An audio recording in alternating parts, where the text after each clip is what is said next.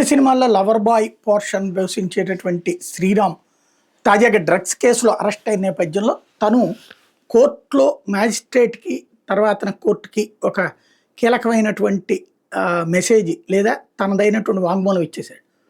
Drugs తను వాడుతున్నానని, అది గతంలో ఏఐఏడిఎంకేకి సంబంధించిన ఒక నాయకుడు నిర్మాతగా ఉన్నటువంటి సందర్భంలో అతని నుంచి తనకు ఒక 10 లక్షల రూపాయలు రావాల్సి ఉన్నది బకాయి. ఆ డబ్బులు ఇవ్వమంటే అతను అనేక సార్లు తిప్పించుకున్నాడు. ఇలాగ డబ్బులు ఇవ్వాల్సినప్పుడల్లా కొంచెం కొంచెం కొకైన్ ఇచ్చేవాడు, 1 గ్రామ్ అట్లాగా. 2-3 సార్లు ఇచ్చిన తర్వాత అది వాడిన తర్వాత నాకు అది అలవాటైపోయింది.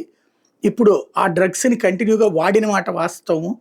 కాకపోతే విషయం తప్పనేటటువంటిది తెలిసింది కాబట్టి తనకి కొంత ఇబ్బందులు ఉన్నాయి కాబట్టి బెయిల్ ఇవ్వమని కోరితే కోర్టు అందుకు నిరాకరించింది. ఏదైతే తన కుమారుడికి సంబంధించి, అంటే తన కొడుకున్నాడని అతన్ని చూసుకోవడం కోసం బెయిల్ ఇవ్వమంటే నిరాకరించింది న్యాయస్థానం. తనని రిమాండ్కి పంపించింది.